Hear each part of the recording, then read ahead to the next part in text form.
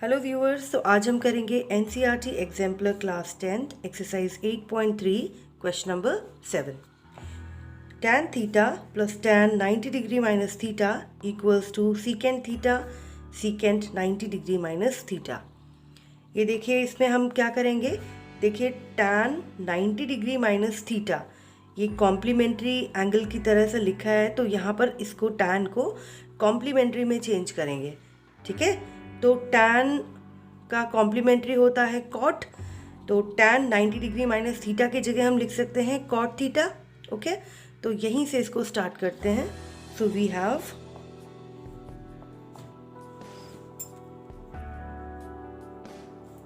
ये, इसको पूरा सॉल्यूशन में उतारा जाता है।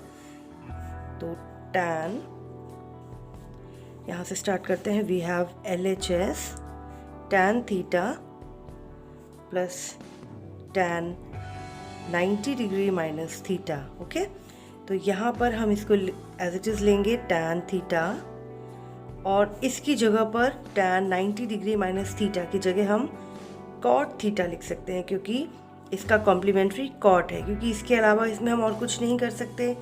ठीक है, तो यहाँ पर हमने इसको कॉम्प्लीमेंट्री में चेंज किया है।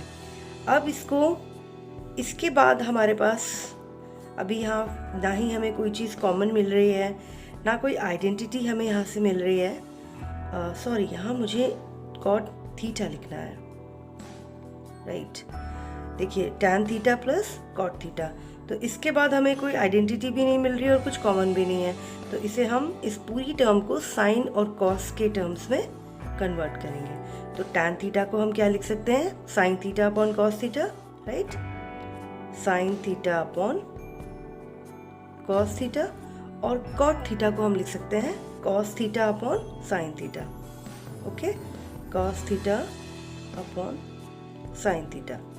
नाउ यहाँ पर हम इसको एलसीएम निकाल सकते हैं। नेक्स्ट स्टेप में इसका एलसीएम हमने ले लिया, cos theta and sine theta का product, cos theta and sine theta. Right, अब यहाँ एलसीएम तो जैसे सिंपल ही होता है, आप आराम से ले लेते हैं। तो यहाँ पर ऊपर आएगा sine square theta plus cos square theta. ठीक है, अब देखिए, इसमें ऊपर हमें आइडेंटिटी मिल रही है sine square theta plus cos square theta, तो यहाँ पर हम लिख सकते हैं 1 ऊपर न्यूमरेटर में, और नीचे cos theta into sine theta. ठीक है, इसको हम सेपरेट करके लिखें, या आप वैसे ही समझ सकते हैं कि ये 1 upon cos theta into sine theta है। तो इसका मतलब क्या हुआ, 1 upon cos theta into 1 upon sine theta. लेकिन मोर क्लियर होने के लिए देखिए, हम इसको यहाँ पर सेपरेट करके लिख के देखते हैं। 1 upon cos theta into 1 upon sine theta. I hope अब क्लियर होगा यहाँ पर। तो अब 1 अपॉन कॉस थीटा को हम क्या लिखते हैं, अब यहाँ राइट हैंड साइड में देखते हुए चलिए कि हमें क्या लाना है, सीकेंट थीटा लाना है। तो सीकेंट थीटा हमें यहाँ से मिल जाएगा, कॉस थीटा का रेसिप्रोकल होता है सेक थीटा, तो इसको हम चेंज करेंगे। पहले यहाँ देखिए, 1 अपॉन कॉस थीटा को हम लिख सकते हैं सीकेंट थीटा, और 1 अपॉन साइन थीटा को हम क्या लिख सकते हैं, कोसेक थीटा। ठीक है, यहाँ पर कोई साइन नहीं है, इसका मतलब ये मल्टीप्लाई है। ठीक है, तो यहाँ कंफ्यूज नहीं होना है। अब देखिए, सीकेंट थीटा और कोसेक थीटा, अब राइट हैंड साइड में देखते हुए चलिए कि हमें लाना क्या है। सीकेंट थीटा हमारे पास ऑलरेडी है, और उसके बाद लाना है सीकेंट 90 डिग्री माइनस थीटा। तो क्या ये कोसेक थीटा को हम सीकेंट 90 माइनस थीटा लिख सकते हैं? यस, लिख सकते हैं। क्यों? क्योंकि कोसेक का कॉम्प्लीमेंट्री है सीकेंट, तो इसकी जगह पर हम सीकेंट 90 डिग्री माइनस थीटा लिख सकते हैं। ओके, तो यहाँ हम सीकेंट थीटा हमारा एज इट इज़ रहेगा, और कोसेक की जगह हम लिख सकते हैं secant 90 degree minus theta, which is equals to RHS। Okay, hence proved. काफ़ी सिंपल क्वेश्चन था ये, तो इसी तरीके के क्वेश्चंस आप इजीली सॉल्व कर सकते हैं। तो next question, question number 8, find the angle of elevation of the sun when the shadow of a pole h meters high is √3h meters long। देखिए, इसको डायग्राम से समझिए। पहले यहाँ पर गिवन है एक पोल ये हमारा लेट्स सपोज पोल है A B which is h metre high, तो इसकी हाइट है, इसका मतलब h मीटर, और उसकी शैडो हमें गिवन है √3h मीटर्स लॉन्ग। ये इसकी शैडो बनेगी यहाँ पर ग्राउंड पे, राइट। शैडो हमेशा ग्राउंड पे बनती है, तो यहाँ हमारी शैडो है which is √3h metres long. ये हमारा पॉइंट हो गया लेट्स सपोज C। तो इसमें हमें एंगल ऑफ एलिवेशन निकालना है। एंगल ऑफ एलिवेशन हमारा कहाँ बनेगा, ये हमारा एंगल ऑफ एलिवेशन है लेट्स सपोज थीटा, ठीक है। तो इस डायग्राम से आपको काफ़ी क्लियर हो गया होगा। ये पोल है, ये उसकी शैडो, पोल की लेंथ h मीटर और शैडो √3h मीटर्स लॉन्ग, ठीक है। तो यहाँ से हमें एंगल ऑफ एलिवेशन निकालना है। तो थीटा निकालने के लिए हम tan थीटा ले सकते हैं। यहाँ पे tan थीटा किसके बराबर होता है, परपेंडिकुलर अपॉन बेस के बराबर होता है। तो परपेंडिकुलर हमारे पास ए बी है और बेस हमारे पास बी सी।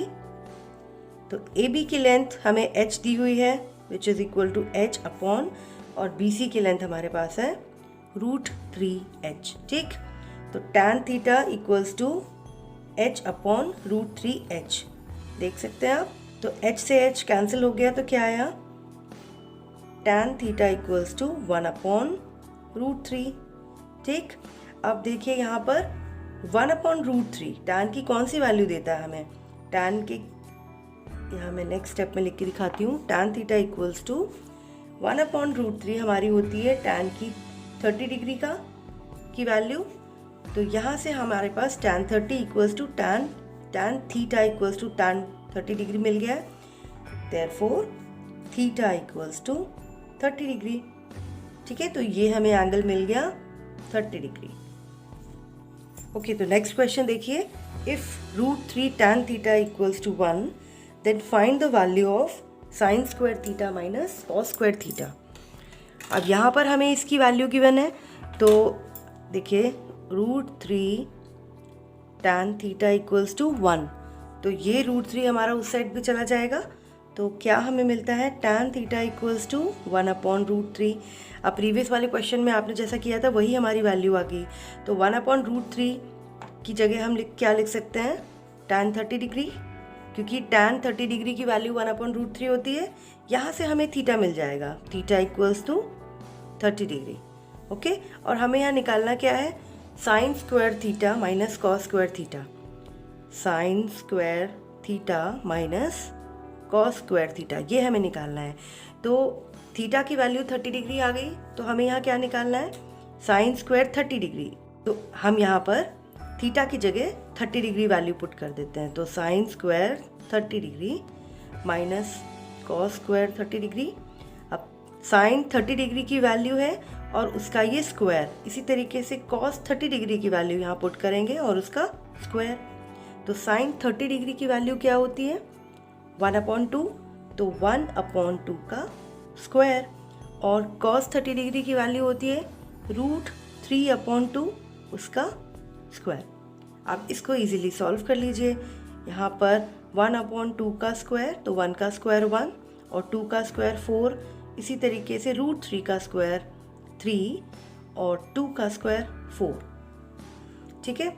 ये देखिए कॉमन यहाँ पर आ गया, LCM 4, जिसका जो ये डिनोमिनेटर कॉमन है उसको ये प्रॉपर करने की ज़रूरत नहीं होती है, लेकिन फिर भी मैं आपको इसको पूरे तरीके से करके दिखा रही हूँ। तो ऊपर आ जाएगा 1 माइनस 3, तो ये आ गया हमारे पास -2 upon 4 which is equals to -1 upon 2। So here's, ये हमारा आंसर है। थैंक्स फॉर लर्निंग मेरे साथ मैथ्स।